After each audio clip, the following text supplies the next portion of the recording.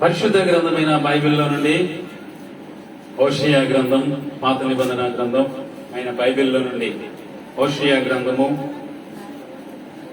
6వ అధ్యాయము 3వ వచనాన్ని మనం చదువుకుందాం. యెహోవాను గూర్చిన జ్ఞానము సంపాదించుకుందాము రండి. యెహోవాను గూర్చిన జ్ఞానం సంపాదించుకొనుటకు ఆయన అనుసరించుదము రండి. ఉదయం తప్పక వచ్చు రీతిని ఆయన ఉదయించును. వర్షం వలె ఆయన మన యొద్దకు వచ్చును. భూమిని తడుపునట్టి తొలకరి వర్షం, కడవరి వర్షం వలె ఆయన మన యొద్దకు వచ్చును. చిన్న ప్రార్థన. దయగలిగిన తండ్రి వందనాలు. చదవబడిన వాక్యం మీది నిలవబడి నేను ఎందుకు పనికిరాను? మీరే అందరితో మాట్లాడి బలపరిచి మీరు రాజ్యంగా సిద్ధపరచమని క్రీస్తు నామమున అడుగుచున్నాను తండ్రి, ఆమేన్. ప్రభు నామానికి మహిమ కలుగును గాక. చేరుకుని వచ్చిన మీ అందరికీ ప్రభు యేసుక్రీస్తు వారి యొక్క పరిశుద్ధమైన నామములో అందరికీ శుభవందన తెలియపరుస్తూ ఉన్నాం. కొంచెం ముందుగా అందరూ కూడా, ఆడవాళ్ళు కూడా, స్త్రీలు కూడా. ప్రియమైన దేవుని బిడ్డలారా, హోషేయ చిన్న ప్రవక్త అయిన హోషేయ ద్వారా దేవుడు ఈ మాటలు తెలియపరుస్తూ ఉన్నాడు. దేవుని గురించిన జ్ఞానం సంపాదించుకుందాం రండి అని లేఖనంలో మనం చూస్తా ఉన్నాం. ఎవరిని గురించిన జ్ఞానం సంపాదించాలంటే, ఎవరిని గురించిన జ్ఞానం సంపాదించుకోవాలి మనం? దేవుని యెహోవాను గూర్చిన జ్ఞానం సంపాదించుకున్నట్టుకు ఆయన యొద్దకు రండి, ఆయన అనుసరించుదాం రండి. 2 సార్లు రండి రండి అని వాక్యంలో మనం చూస్తా ఉన్నాం. ఎందుకు రావాలి ప్రభు దగ్గరికి అంటే, ఆయన సంపాదించుకోవడానికి రావాలంటాం. లోకంలో ధనం సంపాదించడానికి ఎక్కడికి వెళ్తున్నాం? లోకంలోకి వెళ్తున్నాం, పని చేస్తున్నాం. అలాగే దేవుని గూర్చిన జ్ఞానం అనేది సంపాదించుకోవాలంటే మనం ఆయన దగ్గరికి రావాలి. అన్ని రకాల జ్ఞానాలు సంపాదిస్తున్నాం. ఇప్పుడు చదివి ఎక్కడుంటే అక్కడికి వెళ్తున్నాం. మన దగ్గర చదువుతుందా? లోక జ్ఞానం కావడానికి ఎక్కడికి వెళ్తున్నాం? చదువు దగ్గరికి వెళ్తున్నాం లేదా? ఎంత దూరం అయితే ఏంటి? బస్సులు దగ్గర పంపిస్తున్నారా? నేను క్రాంతి గారు, నేను మోహన్ రెడ్డి గారు చదువు గురించి ఎక్కడికి వెళ్తున్నా? భీమవరం వెళ్తున్నాడు బస్సు ఎక్కి. ఎందుకు? చదువు సంబంధమైన జ్ఞానం కావాలని నేర్చుకోవాలని, తెలుసుకోవాలని. పని నేర్చుకోవాలి, పని సంబంధమైన జ్ఞానం కావాలి. ఏం చేయాలి? నీ దగ్గర వచ్చాడు పని, ఆ పని దగ్గరికి వెళ్ళాలి. ఇక్కడ యజమాని చెప్తాడు, మేస్త్రి ఇట్లా చేయి అలా చేయి అంటాడు. కొంతమంది మేస్త్రి ఒక పీకుతారు. ఎందువల్ల? ఆ జ్ఞానం రావాలంటే తిడతారు. ఇంటికి తిట్టి రావడం, పనికి వెళ్తే ఏమవుతుంది? ఏంటి పరమేశ్వర్ తిడితే ఏమంట? వచ్చేసామనుకో పని వద్దా? అటు తిడతా నాన్న, నేను వెళ్ళలేగా అంటే పని వద్దా? రాదు. నీకు ఆ పని రాదు, ఎప్పటికి రాదు. తిట్టినది ఏం చేయాలి? యజమాడు కోపడితే ఏం చేయాలి? మనం తొందరపడకూడదంట. మన మీద ఏలుబడి చేసేవాడు కోపడినప్పుడు ఓర్చుకోవాలంట. ఓర్చుకుంటే పని వస్తుంది, ఆ యజమానికి దయ పెరుగుద్ది, ఆ జ్ఞానం వస్తుంది. తర్వాత నువ్వు ఎక్కడికి వెళ్ళి ఆ జ్ఞానం నేర్చేసుకున్నావు కదా, అప్పుడేమవుతుంది? ఇక్కడ కాదు కోసమాటికి వెళ్తావు పనికి. అసలు జ్ఞానమే లేకపోతే, పని సంబంధం జ్ఞానం ఎక్కడికి వెళ్తావు? ఎక్కడికి వెళ్ళి ఏం చేయగలవు? జ్ఞానం కావాలంటే ఆ పని దగ్గరికి వెళ్ళి నేర్చుకున్నాం. అలాగే దేవుని కూర్చిన జ్ఞానం సంపాదించుకోవడం, అన్ని సంపాదిస్తున్నాం మనం. అందరం అర్థం చేసుకో వాక్యాన్ని. అందరిని అన్ని సంపాదిస్తున్నాం మనం. కానీ దైవ విషయాలని, దైవ జ్ఞానాన్ని మాత్రం ఈనాడు మనం సంపాదించుకోలేని వ్యక్తులుగా, లేని వారంగా అయిపోతాం. ఏది లేని, దైవ సంపాదన లేని వారంగా, దరిద్రులంగా మిగిలిపోతున్నాం. అందుకే ప్రభు చెప్పాను, ఒకడు సర్వలోకం సంపాదించాడు నన్ను తప్ప, చివరికాడు ప్రాణం పోగొట్టుకున్నాడు. ఇవన్నీ మన ఆడితో ఉపయోగం ఏముంది? ఇవన్నీ పరలోకం తీసుకెళ్తాయి, అన్నీ స్వర్గాన్ని తీసుకెళ్తాయా? భూమి మీద ఉన్నాయని ఎక్కడే ఉంటాయి. ఎక్కడే ఉండి చేతులని వెళ్తారు. ఏ జ్ఞానం మనతో వస్తుందో తెలుసా? నువ్వు పని బాగా మంచి నేర్పడతనం కలిగిన వాడు పని చిటికలో చేసేస్తావు నువ్వు ఆ పని. ఒక వ్యక్తి రోజు చేస్తే దాన్ని నువ్వు అరగంటలో చేసేస్తావు. మంచి జ్ఞానం కలిగినవాడు పనిలో నువ్వు సంపన్నుడివే.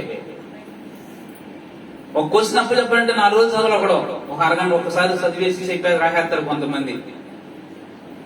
ఈ జ్ఞానం, చాలా జ్ఞానం సంపాదించావు, అన్ని రకాల భూ సంబంధ జ్ఞానం సంపాదించేసావు, కొడుకు పుచ్చుకున్నావు, ఛాలెంజ్ చేస్తున్నావు, రండి ఇప్పుడు నాతో పాటు చేయగలడేమో అన్నట్టుగా ఉన్నావు, మంచిదే. కానీ ఆధ్యాత్మిక జీవితంలో దేవుని గూర్చిన జ్ఞానం నువ్వు సంపాదించలేకపోతే నువ్వు చల్లని చెక్కులాంటి వాడివే. దేవుని దగ్గర ఎందుకు పనికిరాని వ్యక్తివే మనం, చల్లని చెక్కు లాంటి వారు.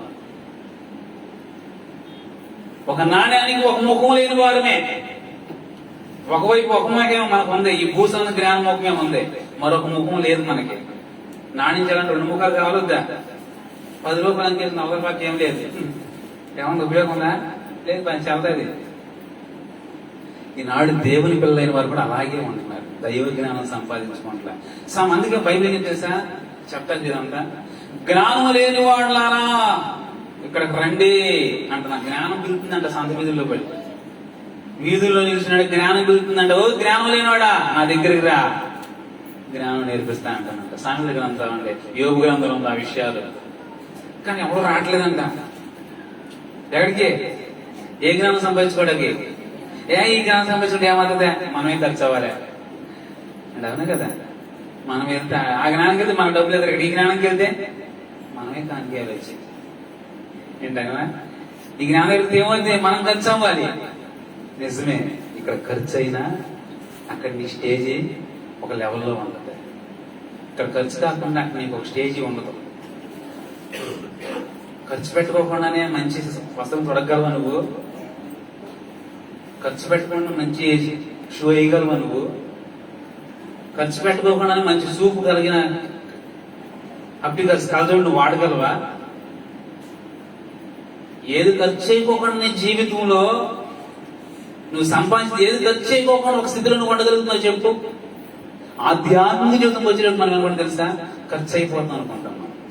అంటే మనం కాదు కానీ సాధన అనిపిస్తుంది. అది మీరు అనుకో, మనం అందరం అనుకోము.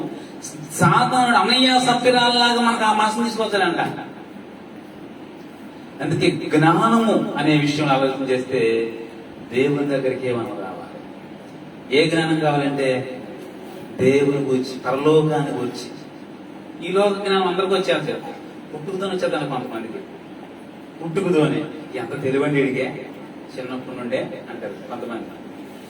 ఈ జ్ఞానం భూసమైన జ్ఞానం, వాడు భూమి మీద ఉన్నవాడు కాబట్టి, మట్టి కాబట్టి మట్టిలో ఉన్న జ్ఞానం అంతా వచ్చేది అయ్యగారికి అందరికీ. కానీ ఏ జ్ఞానం రాదు? ఆ జ్ఞానం కాదు. పరమునకు పోయే జ్ఞానం, పరలోకానికి తీసుకువెళ్లే జ్ఞానం, ఆత్మ సంబంధమైన జ్ఞానం, దేవుని గురించిన వాక్య సంబంధమైన జ్ఞానం కావాలంటే ఆయన దగ్గరికి రావాలి. సంపాదించుకుందాం రండి. ఏంటిదయ్యా సంపాదించేదే? ఏం సంపాదిద్దాం? ఇక్కడ మేము వచ్చినాక ఖర్చు అవుతుంటే మందిరంకి వచ్చినాక. ప్రియమైన దేవుని బిడ్డ, మనం ఖర్చు కావాలి. ఆ జ్ఞానం కావాలంటే వెల చెల్లించాలి, ఖర్చు అవ్వాలి అవసరమైతే. దాని గురించి ఆలోచన చేస్తే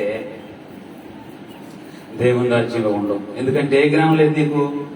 అన్ని జ్ఞానం ఉన్నాయి, బాగుంది. లోకం తెలియగలవాడు పేరుంది నీకు, జ్ఞానం అని పేరుంది నీకు, తెలివితేట ఉందని పేరుంది నీకు, ఎవరైనా ఓడించే శాఖ సత్యం నీకు ఉందని చెప్పి పేరుంది భూమి మీద నీకు, మంచి పనివాడని నేర్పడతాను కలిగిన పనివాడు నీకు పేరుంది ఈ భూమి మీద. అది సంపాదించావు కాబట్టి. మరి పరసంబంధం సంపాదించలేదు కానీ నువ్వు పరలోకం ఎట్లుంటావు? నీవు పరలోక సంబంధించిన విషయాలను సంపాదించకుండా పరలోకం ఎలా ఉంటావు? ఈ భూమి నువ్వు రాణించాలంటే భూమి మీద ఏం కావాలి దాన్ని సంపాదిస్తున్నావు. వాడుకున్నా నాకెందుకు లేదు ఏంటి? ఆడికి యూనిక్ గా ఉంది, నాకు రాజదూత కావాలనుకోవట్లేదు. ఇప్పుడు రాజదూత ఎక్కువే అంటే బుల్లెట్, కానీ సంపాదించట్లేదండి. ఎందువల్ల? వాడికంటే బాగుండాలి అనుకుంటున్నా. మరి పర్లోక విషయంలో వాళ్ళకంటే నేను భర్తీ చేయాలి, దైవ జ్ఞానం సంపాదించాలి, ఆత్మజ్ఞానం సంపాదించాలి, పరసమైన జ్ఞానం సంపాదించాలి, ఆత్మీయులు ఒక మెట్లు నేను పెద్దగానే ఉండాలి, గొప్పగానే ఉండాలి అని. ఎందుకు నీవు నీ ఆధ్యాత్మిక జీవితంలో దేవుని గురించిన జ్ఞానం సంపాదించే విషయం వెనకబడిపోతా ఉన్నావు? రండి. అది జ్ఞానం కావాలంటే ఏం చేయాలంటే ఆయన అనుసరించాలంట. ఏం చేయండి బైబిల్ గ్రంథం? ఆ జ్ఞానం కావాలంటే ఏం చేయాలి? ఆయన అనుసరించాలి, ఆయన వెంబడించాలి. అప్పుడే ఆ జ్ఞానం మనకి లభిస్తుంది అని వాక్యం మనకు తెలియజేస్తా ఉంది. ప్రియమైన దేవుని బిడ్డ, అనుసరించుకోకుండా జ్ఞానం రాదు. ఏంటి? జీవించుకోకుండా దానిలో ఆ జ్ఞానం రాదు. అనుసరించడం అదే, జీవించుకోకుండా ఆ జ్ఞానం రాదు. ప్రభువు కొరకు ఆలోచన లేకుండా, బ్రతుకు లేకుండా జ్ఞానం రాదు. ఎంతవరకు అనుసరించి విన్నాడు ప్రభువుని అంటే ఎంతగా ప్రభువుని సంపాదించాం. అండి భూసమని చెప్తాం, అది సంపాదించానండి, ఒక చిన్న స్థలాన్ని సంపాదించాను, ఒక ఇల్లుని సంపాదించాను, ఇంట్లో కావాల్సిన వస్తువుని సంపాదించాను. భూసమని అన్ని చెప్తావు. మరి ఆ ప్రభువు కూడా అడుగుతాడు, ఎవరైనా అడిగితే చెప్తావు కదా. మరి దేవుడు అడిగితే ఏం చెప్తావు? అయ్యా నా విషయంలో ఎంత సంపాదించావు అంటాడు. నీ విషయంలో చెప్పావు కదా, ఇల్లు సంపాదించానండి, పొలం సంపాదించండి, స్థలం సంపాదించానండి, పిల్లలకి చదువు సంపాదించానండి, ఎలాగోలా ఇది చెప్తాను కదా. మరి ఆధ్యాత్మిక జీవితం ఏం చెప్తాను? ఏం సంపాదించానంట? ఏం లేదు. ఆధ్యాత్మిక జీవితం ఏమీ లేదు. సంపాదించుకున్నామా అంటే మరి ఎంత నిలవేసావు ఆ జ్ఞానాన్ని? సంపాదించుకుంటే చూడండి, బ్యాంక్ పుస్తకం చూపిస్తుంది, ఇదిగోండి 5 లక్షలు, ప్రింట్ అయిపోతే 3 లక్షలు ఉంటుంది, 2 లక్షలు ఉంటుంది, సంపాదించే బాగుంది. మరి ఆధ్యాత్మిక జీవితం ఎంత నిల్వ చేశా? ఆధ్యాత్మిక జీవితంలో సంపాదించిన జ్ఞానం ఎంత నిల్వ చేశా చూపించగలవా? ప్రభు అడిగితే ఒక మాట చెప్పండి, లెక్క చెప్పగలవా? అయ్యో ఇదయ్యా ఒకప్పుడు ఇలా ఉండే నా స్థితి తెలుసు ఆధ్యాత్మిక జీవితంలో, బాగా అసలు ఏం లేని నేను ఆధ్యాత్మిక జీవితంలో, అంత దరిద్రుడు నేను ఆధ్యాత్మిక జీవితంలో ఒకప్పుడు, ఇది ఒకప్పుడు ఈ స్థితిలో ఉన్నానండి. ఆధ్యాత్మిక జీవితం నాది ఇది. నువ్వు సంపాదించి నిల్వ ఆ జ్ఞానం, ఆ నిల్వ చేసుకున్న సంపాదనలు అన్నీ కూడా, ఆత్మీయతలన్నీ కూడా దేవుని ఏడు చూపించగలుగుతామా, చూపించగలమా లేదా? అది చాలా అవసరం. అది లేకపోతే ఏంటి? ఆ సంపాదన లేకపోతే ఏ సంపాదన?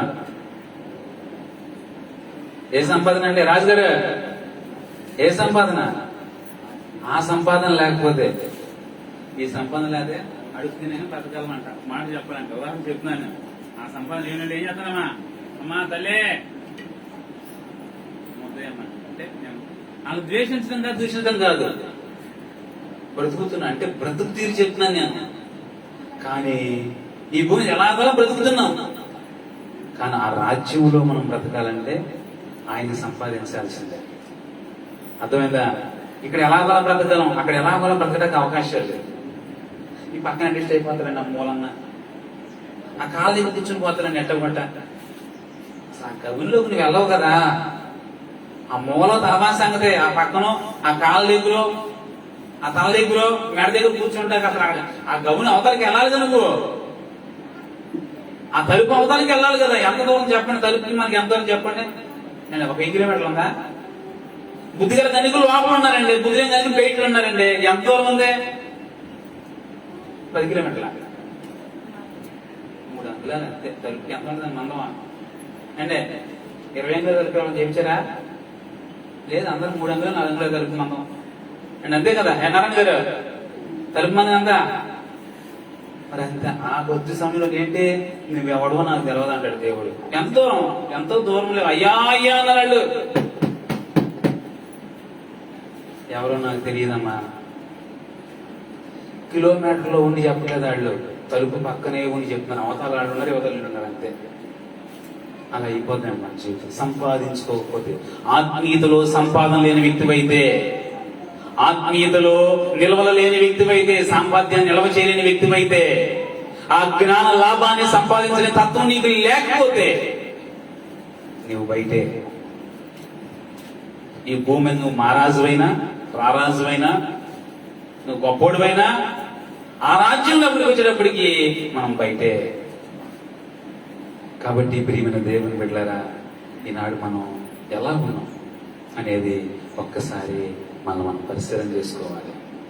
ఏ సంపాదన కావాలండి? ఈ సంపాదనతో పాటు ఏ సంపాదన కావాలి? ఏ సంపాదన? ఎంత సంపాదిస్తున్నాం మనం? ఈ సంపాదన అడగనులేండి ఎవరు. ఏ సంపాదన? ఈ సంపాదన అడగనులే, మీకు ఎందుకంటే మేము ఎంత సంపాదించుకుంటే ఈ సంపాదన, ఆ సంపాదన ఎంత సంపాదిస్తున్నాం ఏంటి క్రాంతి గారు? ఏంటే కదా అన్ని అడుగుతావా? 2 రోజులు మాట రావట్లేదు అంతేగా. నేను వీళ్ళు మామూలుగా అడుగుతున్నాను, అందరిని అడుగుతున్నాను. ఇప్పుడు ఎంత సంపాదిస్తున్నావు ఆధ్యాత్మిక జీవితంలో? నీవు ఎంత నిల్వ ఉంది? అయ్యా అరగంట చేస్తానండి ప్రార్థన. ఓ ఎంత సంపాదన అనేది! 24 గంటలు అరగంట చేస్తానండి. పంటలు అయిపోతాయి వెనకాల. లెక్కట్లేదా మీకు? అలా 10 మంది కూర్చోబెట్టిన లెక్కట్లేదా? ఆధ్యాత్మిక జీవితం దరిద్రంగా అయిపోమాక. ఎంత సమయం దేవుడికి? నీ బైబిల్ చదివే విషయంలో కానీ ప్రార్థన చేసే విషయంలో ఎంత సమయం అవుతుంది దేవుడికి? 24 గంటలు ఎంత సమయం నీది? అది ఒక సంపాదన నీ ఆధ్యాత్మిక జీవితంలో. శరీర సంపాదన మంచిదని కాదంటలా, గొప్పడు కావాలి. దేవుడు ధనవంతుడిగా చేయడానికి మన గొప్ప ఆయన భూమి మీద దరిద్రుడిగా వచ్చాడు నిజమే. కానీ అక్కడ దరిద్రుడిగా ఉండడానికి దేవుడు నేను ఇలా ఈ భూమి మీద గొప్పడు చేయట్లేదు. నేను అక్కడ దరిద్రుడిగా సంబంధం లేనివాడిగా ఉండక కాదు చేసేది. నీ పరిస్థితి భూమి మీద ఇచ్చింది నీకు. ఏ పని నీకు అప్పగించాడో, ఏ సంపాదన భూమి నీకు అప్పగించాడో, ఈ సంపాదనలో పడి ఆ సంపాదన మర్చిపోమని చెప్పి ఈ సంపాదన ఇవ్వలేదు దేవుడు నీకు. దీంతో పాటు ఏం కావాలి? అది కూడా చాలా ప్రాముఖ్యమే. చూడండి, కొంతమంది అయ్యా 6,000 జీతం చేరానంటే ఇప్పుడు 10,000 అయిందండి. నాకు 10,000లో చేరానంటే 16,000 అయిందండి. 20,000 అండి, ఇప్పుడు 30 అండి. ఓ సంపాదన పెరిగింది. 10 సంవత్సరాల క్రితం పావుగంట ప్రారంభం చేసేవాడి. 15 సంవత్సరాలు అయిందండి. ఇప్పుడు ఎంత చేస్తామా? అరగంట అండి. ఎన్ని సంవత్సరాలు అయితే ఈ జీతం 10,000, 15,000, 20,000. ఈ జీతం వచ్చేడికి ఏంటి పరమేశ్వర్ ఎంత? 10 సంవత్సరాల క్రితం పావుగంట ప్రారంభం చేశాడంట బాగానే. ఇప్పుడు 15 సంవత్సరాలు అయిపోయింది. ఇప్పుడు ఏమైంది? అరగంటే చేస్తాడంట. ఇంకా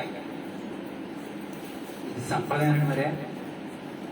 ఆ సంపాదన కోసం ఓవర్ టైం 8 గంటలు ఉంటే 12 గంటలు చేస్తానండి. మరి 10,000 శాతం 15,000 ఇస్తారు. మరి ఓకే, అదేనా పర్లేదు అనుకుంటున్నాం. మరి ఈ సాంపాద్యం ఏది? నేను ఈ భూమి మీద పని గురించి అనలేదు. ఇది కావాలి, ఈ సంపాద్యం కావాలి, ఈ పని కావాలి. నరుని దినాలు భూమి మీద పనివాని దినాలు, కూలివాని దినాలే అని చెప్పి బైబిల్ చెప్తా ఉంది. మరి ఈ సంపాద్యంతో పాటు పరలోక సంపాద్యం లేకపోతే దరిద్రుడిగా ఉండి దేవుని రాజ్యం నీ ఎలా ప్రవేశించగలవో? ఎప్పుడైనా ఆలోచన చేసేవా ఆ సంపాదన గురించి? అది చాలా ప్రాముఖ్యం. చూద్దాం బైబిల్ 1-2 విషయాలు సమయాన్ని బట్టి క్లుప్తంగా వాక్యాన్ని జ్ఞాపకం చేసుకుందాం. తిమోతికి రాసిన మొదటి పత్రిక, తిమోతికి రాసిన మొదటి పత్రిక అండి 6వ అధ్యాయమా 18వ వచనం చదువుకుందాం.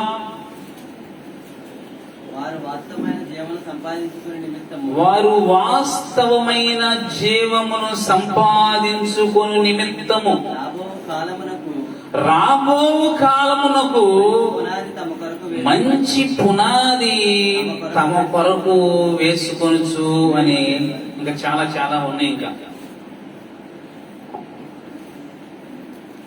అర్థం చేసుకోవాలి. చదివారు అందరూ? 6వ అధ్యాయం 18వ వచనం, మొదటి తిమోతి రాసిన పత్రిక 193వ పేజీ, కొత్త నిబంధనలో. వారు వాస్తవమైన జీవాన్ని సంపాదించుకోవడానికి దాని నిమిత్తము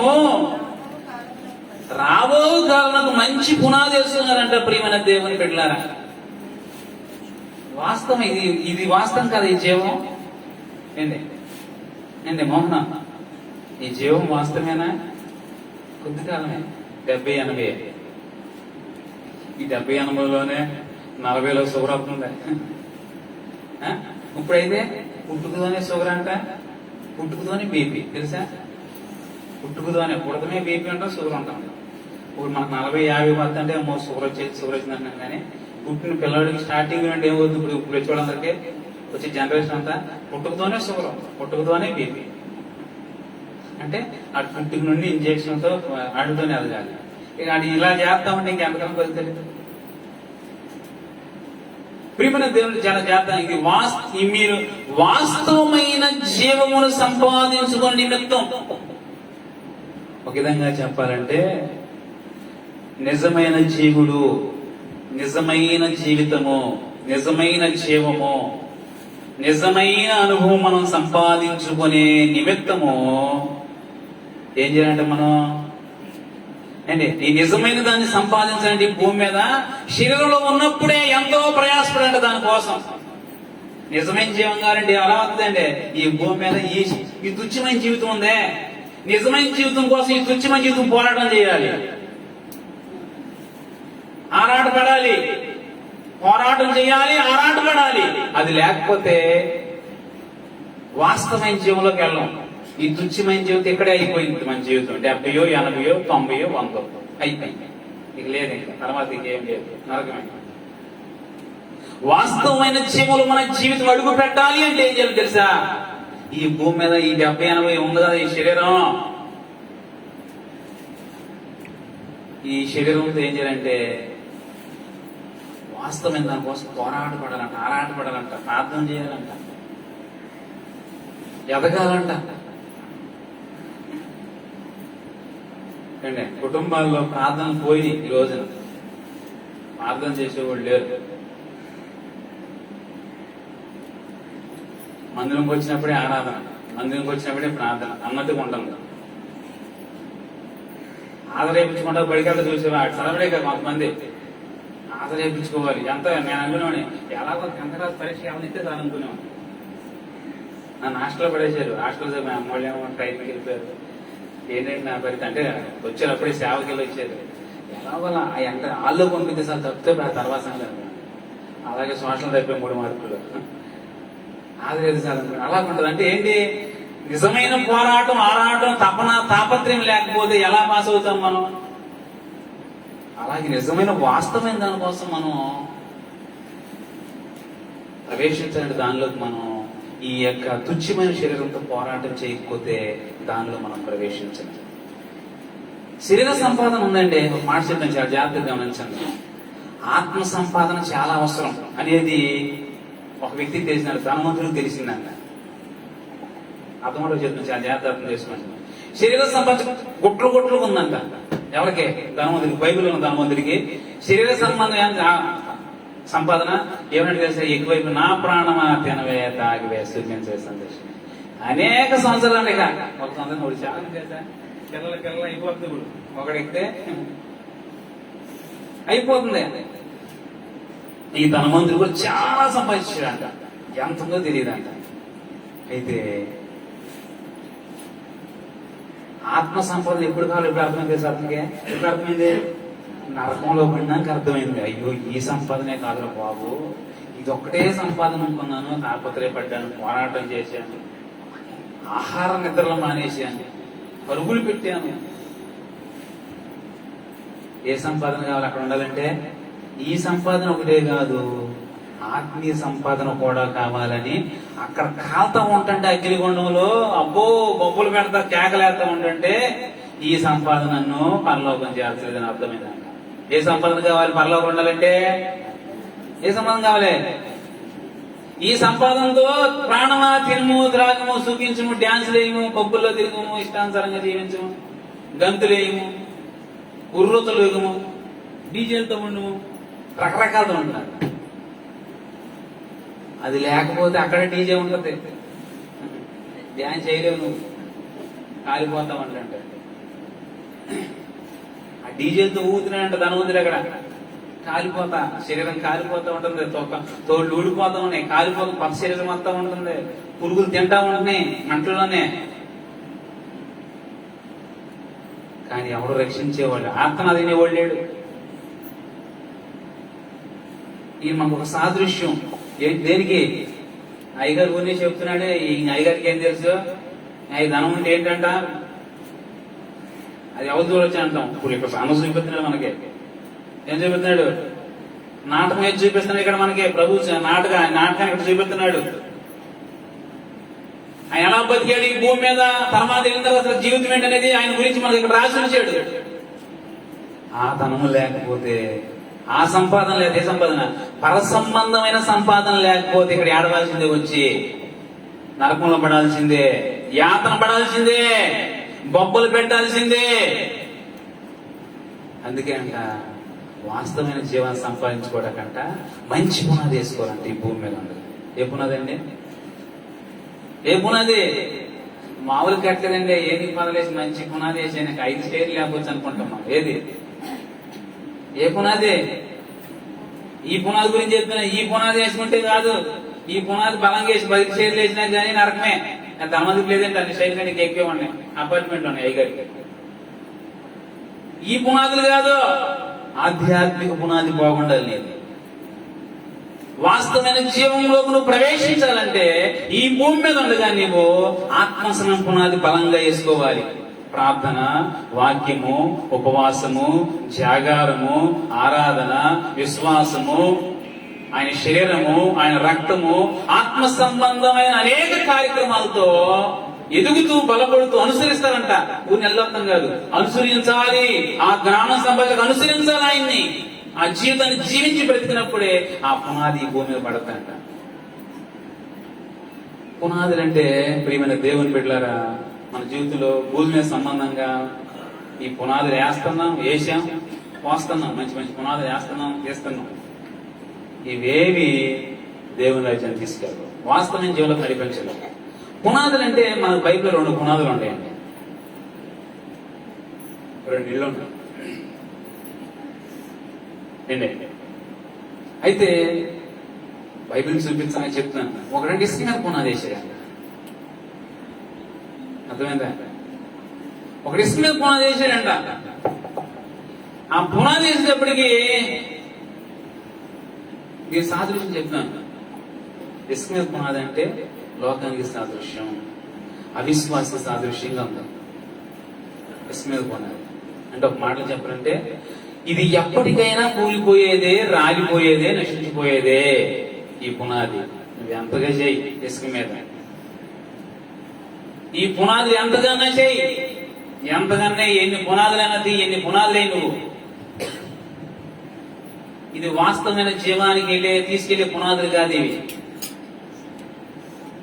లోకంలో నువ్వు ఎంతున్నా, అవిశ్వాసం ఎంత బ్రతికినా ఇది నేను కూలగొట్టేదే, రాలగొట్టేదే, నాశనం నడిపించేదే. ఎందుకంటే దీనిలో స్వయం ఉంది కానీ దైవత్వం లేదు. అర్థం నేను చెప్పేది? దీనిలో మనమున్నాం కానీ దేవుడు లేడు ఈ పునాదిలో. మరి ఈ పునాదిలో మనమే కనపడుతున్నాయి. ఎక్కడ చూసి వాక్యాన్ని మనం గమనించినట్టయితే ఈ పునాదులు కదంట. ఇసుక మీద పునాది వేసేసి చకచక కట్టేసి లేపేసినట్ట. దేవుడు లేకుండా ఏదో చేసినట్ట. ఒక రాత్రి నుండి ఏమైంది తెలుసా? గాలి మొదలెట్టిందంట, తుఫాను అంట, వర్షం అంట, ఉప్పిన గాలంట, ఉరుములు మెరుపులు అంట. ఏమైంది ఆ పునాది? దానిలో బుద్ధిహీనత ఉందంట. అర్థమైందా? దానిలో బుద్ధిహీనత ఉంది ఆ పునాది. అంటే మనం ఎంతైతే ఉంటాం అంత బుద్ధిహీనతే. మనం ఎక్కువ కనపడినంత ఏంటంటే తెలుసు అక్కడ బుద్ధిహీనతే. మనం లేకుండా మనకు కనిపించుకోవడం ఉంటే అది బుద్ధి. మనం ఎక్కువ కనిపించాం అక్కడ బుద్ధిహీనతే. ప్రియమైన దేవుని బిడ్డల వాక్యాన్ని గమనించాలి, పరిశీలన చేయాలి. ఆధ్యాత్మిక జీవితంలో మన పునాది సరిగా ఉండాలంటే లోకము, అవిశ్వాసము, భూసమ విషయాలు, ఈ జ్ఞాన విధానాలు ఎన్ని మనతో అని ఉన్నప్పుడు కూడా ఈ పునాది మనల్ని ఈ భూమిలో కలిపేసి నరకాన్ని తీసుకెళ్ళిపోతాం. దాంతోపాటు ఇది ఏ పునాది కావాలి తెలుసా? మరొక పునాది ఉందంట, బండ మీద. అంటే మొదటి పునాదిలో మన మాటే ఉంది, మనమే ఉన్నాం. అయితే ఈ రెండో పునాది ఉంది, బండ మీద పునాది అంటే. ఏంటి? బండ మీద కట్టబడిన పునాది ఇది. దీనిలో ఏముందంటే ఏముంది? పరలోకం ఉంది, ఈ లోకం లేదు. పరలోకానికి సంబంధించిన జీవితం ఉంది, అవిశ్వాసం లేదు, విశ్వాసం ఉంది దీనిలో. అంటే విశ్వాస జీవితం సాదృశ్యంగా ఉంది, పరలోక జీవితం సాదృశ్యంగా ఉంది. బండ మీద జీవితం, బండ మీద పునాది. అయితే దీనిలో ఇది శాశ్వతమైంది, స్థిరమైంది, పాడు కానటువంటిది ఈ పునాది. మరి ఏ పునాది వేసుకుంటున్నాం మనం మన జీవితం కొరకు? అర్థమే నేను చెప్పేది. ఏ సాంపాద్యము కలిగి పర సంబంధమైన సాంపాద్య సంబంధం జ్ఞానంతో కట్టుకుంటున్నావా బండ మీద? బండ అంటే క్రీస్తే. ఆ బండ క్రీస్తే. ఆయన మీద నీ జీవితాన్ని, ఆయన గురించి జ్ఞానం సంపాదించుకుని కట్టుకుంటున్నావా? కాదు కూడదు, నా జ్ఞానం, నా తెలివితేటలు ఉంది, నాకు వివేచన ఉంది, 10 మందిని ఓడించగలను, నాకు మాటగర్తనం ఉంది, జ్ఞానం ఉంది, బలం ఉంది, అండ ఉంది, కొండ ఉంది, ఇది ఏదో చెప్పుకుంటూ నీ జీవితం ఉంటే ఇసుక మీద పునాది జీవితం కనబడకుండా పోయినట్టుగా పోతుంది మన జీవితం కూడా. తుఫాను వస్తే కొట్టుకుపోయిందంట, సునామీ వస్తే ఏమవుతుందంట, కొట్టుకుపోయి ఏం లేదు అక్కడ, ఏముండదు ఇంకా. అలా అయిపోతుంది మన జీవితం. అదే బండ మీద పునాది అయితే ప్రియమైన దేవుని పెట్టారా, అది దేవుని మాటతో ఉండేటువంటిది. అంటే ఏం చెప్పే వాక్యం అంటే క్రాంతి గారు, భూమి ఆకాశం గతించిపోయినా కానీ ఏ మాట గతించదంట, అది ఆ మాటతో ఉంటది. అక్కడ మన మాటతో ఉంది ఇసుక మీద పునాది, ఇక్కడ ఎవరి మాటతో ఉంది? దేవుని మాటతో ఉందంట. అది పాడుగా ఉంది. ఆకాశం భూమి పోయినా పోతాయి అంట, ఈ పంచభూతాలు మహారాష్ట్ర లైన్ అయిపోతాయి అంట. కానీ దేవుని మాటతో చేయబడింది, నిర్మించబడింది, కట్టబడిన హృదయం గాని, కట్టబడిన జీవితం గాని ప్రియమైన దేవుని బిడ్డలారా అది స్థిరంగా ఉండదంట. ఈ 2 పునాదులు ఈ భూమి మీద ఉండగానే అర్థమవుతాయి. అర్థం చేసుకోవాలి. ఈ 2 పునాదుల గురించి భూమి మీద ఉండగానే అర్థం కావాలి. ఒకటి అక్కడికి వెళ్ళినాక అర్థమైందంట. ఎక్కడికి? అక్కడికి వెళ్ళినాక అర్థమైతే స్టేజ్ దాటిపోయింది. స్టేజ్ దాటినాక ఏం చేయలేరు. స్టేజ్ దాటిపోయిన శుద్ధించిపోయిన స్టేజ్ మా వలగదంట దాడలు. అట్టంటే ఇది కూడా స్టేజ్ దాటిపోతే. అందుకే ఈ పునాదులు అనేటివి భూమి మీద ఉండగానే ఇసుక జీవితం ఏంటి, బండ మీద జీవితం ఏంటి, ఇసుక యొక్క అనుభవం ఏంటి, ఈ యొక్క బండ యొక్క ఆధ్యాత్మిక జీవితంలో క్రీస్తు యొక్క అనుభవం ఏంటి, ఈ లోక అనుభవం ఏంటి అనేది మనకు అర్థం కాకపోతే ప్రియమైన దేవుని బిడ్డలారా వీటి విలువ మనం తెలుసుకోలేకపోతే ప్రయోజనం. నాకు చాలా మంది రక్షణ పొందిన వారే కానీ పునాదులు బలహీనమైపోతా ఉన్నాయి. రక్షణ పొందిన వారే, కొంతమంది రక్షణ పొందిన వారు ఉన్నారు. పొందిన వారిలోనే బలహీనతలు ఉన్నాయి. పొందిన వారిలోనే ఆత్మీయత, ఆత్మహీనత ఉంది. రక్షణ పొందిన వారే కానీ శరీరము కనిపిస్తా ఉంది, కొంతమందిని ఆత్మీయత కనిపిస్తా ఉంది. అయితే ఆధ్యాత్మికత ఎప్పుడైతే సంపూర్ణంగా కనిపిస్తుందో ఈ పునాదిలో రక్షణ పొందిన పిదప ప్రియమైన దేవుని బిడ్డలారా ఆ వాస్తవమైన జీవితమును మనం కనుగొనగలుగుతాం. అందరికి వాస్తవమైన జీవితం కావాలనుకుంటారు, అందరు వెతుకుతారు, కానీ అందరికి దొరకదంటారు. ఎవరు దొరుకుతుంది వాస్తవమైన జీవితం? ఎవరికి దొరుకుతుంది? బండ మీద కట్టబడిన అనుభవంతో ఈ భూమి మీద ఎప్పుడైతే జీవించడానికి ఇష్టపడతారో. చూడండి, బండ మీద కట్టడం కష్టమా, ఇసుక మీద కట్టడం కష్టమా?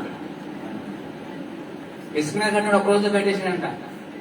బండ మీద కట్టాలంటే రోజులు పడతాయి, నెలలు పడతాయి, కష్టం పడతాడు. కానీ ప్రియమైన దేవుని బిడ్డ అంటే శరీరం అంత ఈజీగా ఉన్నట్టు ఆధ్యాత్మిక జీవితం నిజంగా బ్రతకాలంటే చాలా కష్టం అంట. కష్టం అంటే ఒక ఆమె అంటుంది, అయ్యగారు బాప్తిసం పొందితే కష్టాలు వస్తాయని కదండి అంటున్నాం. కావాల్సిన కష్టం అంటే ఏంటమ్మా? నేను చెప్తే కష్టం అంటే ఏంటో, ఇదివరకు అబద్ధాలు ఆడేవో దానివి, ఇప్పుడు అబద్ధాలు ఆడకూడదు, అది కష్టం. ఇదివరకు బాగా బూతులు తిట్టేస్తావు నువ్వు, ఫుల్గా రెబల్ నువ్వు, ఇప్పుడు బూతులు మానేయాలి, కష్టం. అర్థమైంది? కష్టం అంటే ఏంటి తెలిసిందా? ఇటువరకు అనలేదన్నా ఇప్పుడు అనలేదన్నా గడ్డి అని తినరాళ్ళు. అప్పుడు అనేది ఇప్పుడు అది అన్నే. అప్పుడంటే అడ్డదిడ్డంగా ఉన్నాం, ఇప్పుడేం కాదమ్మా, క్రమంలో మంచి మార్గం ఉండాలన్నా చెప్పాను. కష్టం అంటే ఏం కష్టం? బూతులు మానాలి, అది కష్టం అంటే ఎట్టగండి. సిగరెట్ మానాలి, తాగితే డేంజర్ అనుకున్నా మానాలి, అది కష్టం అంటే ఎలాగండి? ముందు మానాలి మరి, అది కష్టం అంటే ఎలాగండి? వాస్తవం జీవం ఎలా కనపడదండి? అంత భూ సంబంధం, భూమి అంటే వాస్తవమైన జీవులు కావాలంటే ఆ మంచి పునాది అందరికీ దొరుకుతుంది అంటే అదే. ఆ కొందరిలో మనం ఉండాలి. వాస్తవమైన దాన్ని మంచి పునాదితోనే సంపాదించుకోగలమంట. ఎలాగలం అంటే సంపాదించుకోలేము. కాబట్టి ఇప్పుడు ఏ సంపాదన కావాలి మనకి అంటే వాస్తవమైన జీవమును సంపాదించుకునే నిమిత్తము రాబోయే కాలానికి.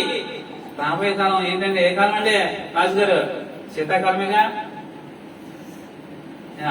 రాబోయే కాలంతో పునాది వేసుకోవాలంటే శీతాకాలంకి ఏం పునాది కావాలంటే మంచి స్వెటర్ ఉంటే సరిపోద్ది, టోపీ ఒకటి ఉండాలి, అంతేగా. అదే పునాది. రాబోయే కాలం ఏది? ఈ కాలం అయిపోతే, అంటే ఈ జీవితకాలం అయిపోతే ఇంకో కాలం ఉంది. ఇంకో కాలం అడుగు పెట్టాలి. అవాస్తులను వాస్తులకు అడుగు పెట్టాలి, శరీరంలో ఆత్మలోకి అడుగు పెట్టాలి. కాబట్టి ప్రియమైన దేవుని బిడ్డలారా కొంచెం ప్రయాసపడాలి. మరొక మాట రెండోదిగా జ్ఞాపకం చేసి నేను ముగిస్తాను. ప్రియమైన దేవుని బిడ్డ రెండోదిగా మనం పరిశీలన చేసినట్టు గలాతీయులకు రాసిన పత్రిక, కొత్త నిబంధన గ్రంథము, గలాతీయులకు రాసిన పత్రిక 1వ అధ్యాయం 10వ వచనం చదువుకుందామా? Page number 168. ఇప్పుడు నేను మనుషుల దయను సంపాదించుకొని చూస్తున్నానా? దేవుని దయను సంపాదించుకొని చూస్తున్నానా? నేను మనుషులను సంతోష పెట్టబోరుచున్నానా? నేను ఇప్పటికీ నీ మనుషులను సంతోష పెట్టబోరువాడనైతే క్రీస్తు దాసులను కాకయే పోదు. చాలా జాగ్రత్తగా గమనించారు వాక్యం. బైబిల్ ఒక మాట అడుగుతుంది, నువ్వు మనుషుల సంపాదనలో ఉన్నావా? నీ దగ్గర లేక దేవునికి సంబంధించిన సంపాదన కూడా ఉందా? ప్రశ్నించుకో అంటుంది బైబిల్ గ్రంథం. మనుషుల సంపాదనైనా దేవుడికి సంపాదించిన సంపాదన, దేవునికి సంబంధించిన సంపాదన కూడా నీ దగ్గర ఉందా అని అడుగుతుంది. ఏం చెప్తాం? ఆలోచించుకుందామా ఒక గంట? ఇక్కడ ఆలోచించుకుంటే కొంత సమయం ఉంది మనకి.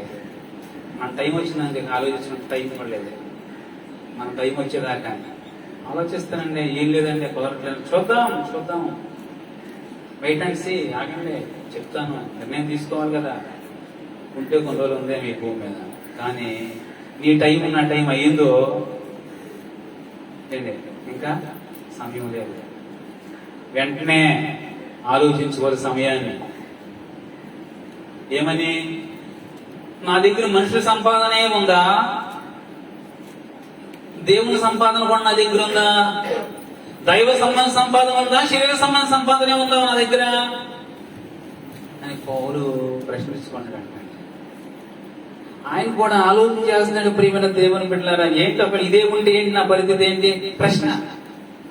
ఆయన ప్రశ్నించుకుంటే మనకు కూడా ప్రశ్న వేసాడు. ఏ సంపాదన ఉండాలి? ఈ సంపాదన అంటే ఏంటి, ఏమవుద్ది?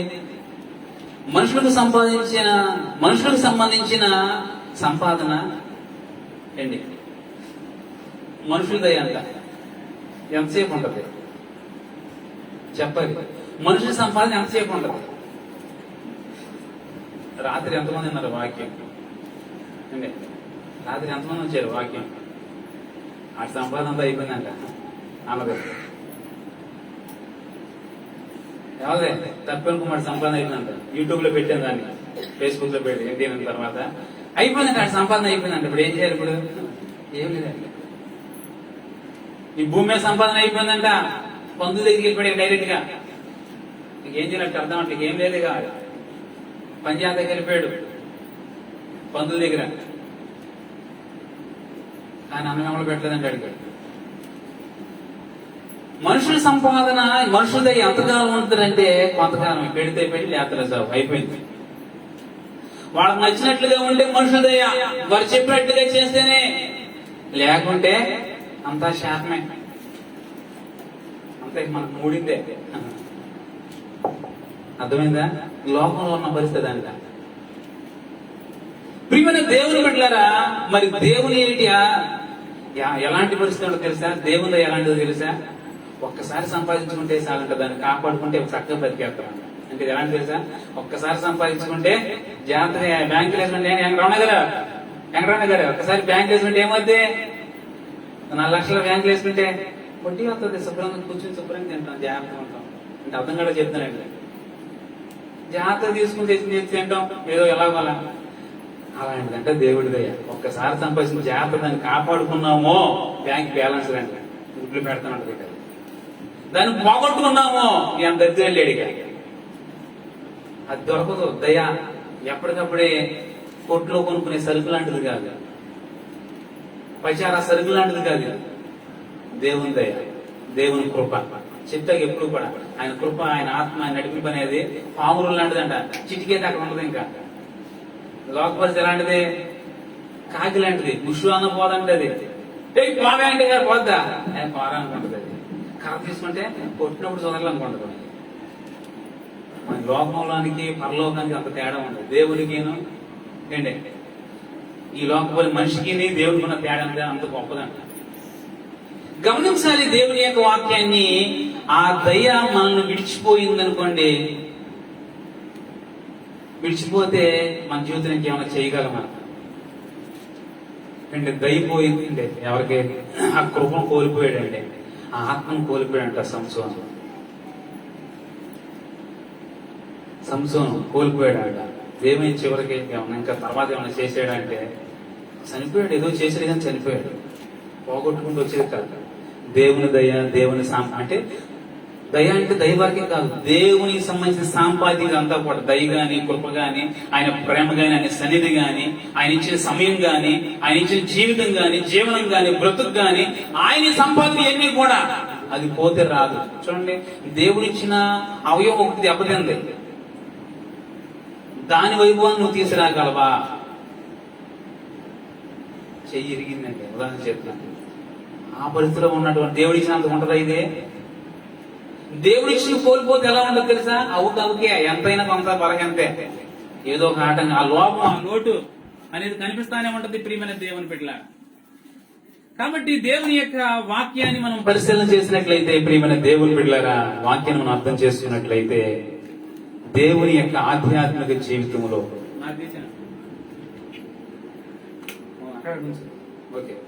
ప్రియమైన దేవుని బిడ్డలారా, ఆధ్యాత్మిక జీవితంలో పరిశీలన చేసినట్లయితే, దేవుని యొక్క సంపాదన పోగొట్టుకుంటే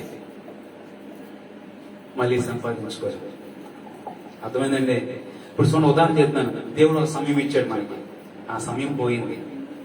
మళ్ళీ అదే సమయం రావాలంటే ఏమో చెప్పండి, ఎంత టైం పడుతుంది? కుదురుద్దా? మనం ఉండడం అంతే. 2022 రావాలి, మన అవుద్దా ఏంటి? 2022 మన తారీఖు ఎంత? సెప్టెంబర్ 4 తారీఖు రావడం మళ్ళీ అవుద్దా? కుదురుద్దా? కుదరదు. ఇది కూడా అంతేనంట. దేవుడిచ్చిన సంపాద్యాన్ని, దేవుడిచ్చిన కృపను పోగొట్టుకుంటే, మనుషుల దయ కావాలంటే వారు చెప్పినట్లుగా మనం జీవితం ఉండాలి, లేకపోతే జగడమే రగడే, ఆటంకాలు, అభ్యంతరాలు. కానీ దేవుని దయ ఒక్కసారి పొందుకుంటే దాన్ని కాపాడుకునేటట్లుగా బ్రతకాలన్న దేవుడి సంపాదన. కాపాడుకపోతే, ఖర్చు పెట్టేస్తే, పాడు చేసుకుంటే, నీ ఇష్టానుసారంగా బ్రతికేస్తే, అది పోతే ఇంకా దాన్ని సంపాదించుకోవడం చాలా కష్టం. ఆ ఆత్మ పోగొట్టుకుంటే మళ్ళీ రాదండి. అందుకే రక్షణ పొందిన రోజు దాన్ని కాపాడుకోవాలి. ఏంటి, ఎదురు చెప్పి పోగొట్టుకుంటారు కొంతమంది, గొడవాడు పోగొట్టుకుంటారు మరికొంతమంది, బూతులాడు పోగొట్టుకుంటారు మరికొంతమంది. ఏంటి, ఆధ్యాత్మిక జీవితం నిర్లక్ష్యం చేసి పోగొట్టుకుంటారు కొంతమంది ఆధ్యాత్మిక సంపాదన. రకరకాలుగా జీవించి వారి ఆధ్యాత్మిక సంపాదన వారికి తెలియకుండా వారు ఖర్చు పెట్టేస్తారు, పాడైపోయింది. మరి సంపాదన అనుకుంటా అప్పుడు బాగా ప్రార్థన చేసి ఎరగదీసి అదే ఉండిపోద్ది అనుకుంటున్నావు. నీ బూతులు ఆడినప్పుడల్లా పోయింది నీ సంపాదన. పిచ్చి చేష్టలు చేసినప్పుడల్లా నీ సంపాదన పోయింది. విచ్చలవిడిగా బతికినప్పుడల్లా నీ ఆధ్యాత్మిక నువ్వు ఇంతకుముందు చేసే నీ ప్రార్థన జీవితం బలం అదంతా పోయింది. నువ్వు ఖాళీ డొల్లే, నిల్లే, నీవు ఉండదు, ఇంకా ఏమి లేదు, దరిద్రమే నువ్వు. ఆధ్యాత్మిక జీవితం, వాస్తవమైన జీవం సంపాదించుకోవాలంటే మన జీవితంలో దాన్ని పొందుకోవాలి, కాపాడుకోవాలి. కాపాడుకోవటం అందరికి రాదు. కాపాడుకున్నవాడే గొప్పోడు, నిలబెట్టుకున్నాడు గొప్పోడు. ఖర్చు పెడతా ఏముంది, అయిపోతుంది. సంపాదించాం, దాన్ని నిలబెట్టుకోవాలి కదా. ఆధ్యాత్మిక జీవితం సంపాదించాం, ప్రభువును సంపాదించుకున్నాం, రక్షణ పొంది సంపాదించుకున్నాం, పోరాడి సంపాదించుకున్నాం, దాన్ని నిలబెట్టుకుంటాం కావాలి. అది చాలా ప్రాముఖ్యం. ఎందుకంటే ప్రియమైన దేవుని బిడ్డలారా, ఎవరి దయ సంపాదించుకోవాలి, ఎవరు సంతోష పెట్టాలి, దాన్ని మనం గ్రహించలేకుంటే ఈనాడు మనం దేవుని పిల్లలం కాలేమంట. అర్థమైందా? దేవుని సంపాదించాలి, ఎవరిని సంతోష పెట్టాలి అనేది